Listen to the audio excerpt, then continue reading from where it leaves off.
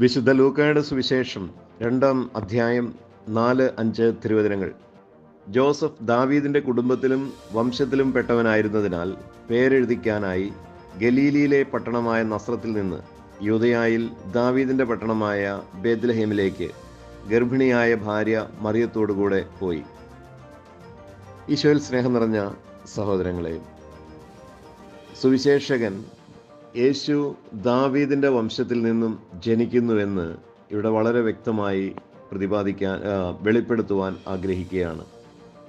Joseph മാത്രമല്ല, മറിയവും. കാരണം അവരവരുടെ കുടുംബത്തിൽ ഗോത്രത്തിൽ നിന്നാണ്, വംശത്തിൽ നിന്നാണ് ഇസ്രായേൽക്കാർ വിവാഹം ചെയ്യേണ്ടിയിരുന്നത്. അതിനാൽ ജോസഫും മേരിയും യൂദാ ഗോത്രത്തിലെ ദാവീദിന്റെ കുടുംബത്തിൽ നിന്ന് ജനിച്ചവരാണ് എന്ന് വെളിപ്പെടുത്തുന്നു. ഈ പേരെഴുത്ത്, ഈ കണക്കെഴുത്ത് അഗസ്റ്റസ് സീസറിൽ നിന്നും വന്ന കൽപ്പനയാണെങ്കിൽ തന്നെയും ഇത് ദൈവത്തിൻ്റെ പ്രത്യേകമായ ഇടപെടലാണ് എന്നാണ് പിതാക്കന്മാർ പഠിപ്പിക്കുന്നത്. കാരണം ഈ കൽപ്പന പ്രകാരമാണ് മേരി ബേത്ലഹേമിൽ എത്തിച്ചേരുന്നത്, ബേത്ലഹേമിൽ ഈശോ ജനിക്കുന്നത്. നസറത്തിൽ വെച്ച് ഗർഭിണിയാവുകയും ബേത്ലഹേമിൽ കുട്ടി ജനിക്കുകയും ചെയ്യുന്നത് അക്കാലത്തെ ഭരണാധികാരിയായ ഹെരോദേസിൻ്റെ കണ്ണിൽപ്പെടാതെ ശ്രദ്ധിക്കുന്നതിനുള്ള ഒരു ദൈവിക പരിപാലനയായിട്ട് കൂടി വെളിപ്പെടുത്തപ്പെടുന്നു. ഇനി യേശുവിൻ്റെ പേര് എഴുതി ചേർക്കപ്പെടുന്നു. സെൻസസിൽ അല്ലെങ്കിൽ ഈ പേരെഴുത്തിൽ യേശുവിൻ്റെ എഴുതി ചേർക്കപ്പെടുന്നു. ഭൂമിയിലെ സകല മനുഷ്യരും പേരെഴുതപ്പെടുക എന്നുള്ളത് അഗസ്റ്റസ് സീസറിൻ്റെ കൽപ്പനയാണ്. അവരുടെ പേരും സ്വത്ത് വിവരങ്ങളെല്ലാം കാണിച്ച് കൃത്യമായി ടാക്സ് കൊടുക്കേണ്ടതിനാണ് ഇത് ചെയ്യുന്നത്.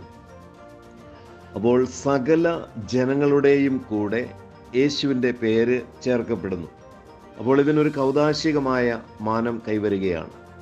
നാം കർത്താവിൻ്റെ ശരീരം സ്വീകരിക്കുമ്പോൾ നമ്മുടെ ശരീരത്തോടും ആത്മാവിനോടുമൊക്കെ യേശുവിൻ്റെ സത്ത ചേർക്കപ്പെടുന്നത് പോലെ സകല മനുഷ്യരുടെയും പേരിനോടുകൂടെ യേശുവിൻ്റെ പേര് ചേർക്കപ്പെടുന്നു, സകല മനുഷ്യരുടെയും വീണ്ടെടുപ്പിനായിട്ട്. ഇനി സകല മനുഷ്യരുടെയും പേരെഴുതണമെന്ന് കൽപ്പിക്കണമെങ്കിൽ ഈ സകല മനുഷ്യരുടെ മേലും അധികാരമുള്ള ഒരുവനെ അത് ചെയ്യുവാൻ സാധിക്കുകയുള്ളൂ. അങ്ങനെ വരുമ്പോൾ ഈ ഭൂമി മുഴുവൻ കർത്താവിൻ്റേതാണ്. സങ്കീർത്തനം 24:1. അപ്പോൾ സകല മനുഷ്യരും പുതിയതായി ജീവന്റെ പുസ്തകത്തിൽ പേരെഴുതി ചേർക്കണം എന്ന ദൈവത്തിൻ്റെ കൽപ്പനയുടെ ആരംഭം.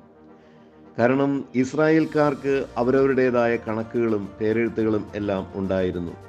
അത് അവസാനിച്ചിട്ട് പുതിയ നിയമത്തിൻ്റെ സഭയിൽ ചേർക്കപ്പെടുക, അല്ലെങ്കിൽ നിത്യജീവന് വേണ്ടിയിട്ട് ജീവന്റെ പുസ്തകത്തിലേക്ക് എല്ലാവരുടെയും പേര് എഴുതപ്പെടുക എന്നുള്ള ഒരു ആത്മീയ അർത്ഥം, മറഞ്ഞിരിക്കുന്ന ഒരർത്ഥം നമുക്കിതിൽ നിന്നും മനസ്സിലാക്കുവാനായിട്ട് സാധിക്കും. അപ്പോൾ 2-3 കാര്യങ്ങൾ. ഒന്ന്, യേശു ദാവീദിൻ്റെ വംശത്തിൽ പ്രവചനപ്രകാരം ജനിക്കുന്നു. സങ്കീർത്തനം 132:11, 2 സാമുവേൽ 7:12 തുടങ്ങിയ വചനങ്ങളിൽ കാണുന്ന പ്രവചനത്തിൻ്റെ പൂർത്തീകരണം. 2, എല്ലാ മനുഷ്യരുടെയും എഴുതപ്പെടുക. സകല മനുഷ്യരും ജീവന്റെ പുസ്തകത്തിൽ പേരെഴുതപ്പെടണം. എന്തിനു വേണ്ടിയിട്ട്? നന്മ തിന്മകളുടെ കണക്ക് ബോധിപ്പിക്കപ്പെടേണ്ടതിന്. അഗസ്റ്റസ് സീസർ ഈ സെൻസസ് എടുക്കുന്നതും അതിനു വേണ്ടിയാണ്. ഓരോരുത്തരുടെയും പേരും സ്വത്ത് വിവരങ്ങളും കൃത്യമായി അറിഞ്ഞ് കരം പിരിക്കേണ്ടതിന്. നമ്മുടെ പേരുകൾ ജീവന്റെ പുസ്തകത്തിൽ രേഖപ്പെടുത്തുന്നു. അതിനുശേഷം ശാരീരികതയിലായിരിക്കുമ്പോൾ നാം ചെയ്തിരിക്കുന്ന നന്മ തിന്മകളുടെ കണക്ക് ബോധിപ്പിക്കേണ്ടതിന് കർത്താവിൻ്റെ ന്യായാസനത്തിന് മുൻപിൽ നാം നിൽക്കപ്പെടും. അപ്പോൾ ഈ സംഭവങ്ങൾക്കെല്ലാം 2 വശങ്ങളാണ് കാണുന്നത്. ഒന്ന്, ഒരു ഭൗതിക മാനം. 2, ആത്മീയമായിട്ടുള്ള ഒരു മാനം. ആത്മീയ മാനത്തിൽ സകല മനുഷ്യരോടും ചേർത്ത് യേശുവിൻ്റെ പേര് എഴുതപ്പെടുന്നു. അവൻ പൂർണ്ണ മനുഷ്യനായി, മനുഷ്യരിൽ ഒരുവനായി ഗണിക്കപ്പെടുന്നു. Have a blessed day to all of U.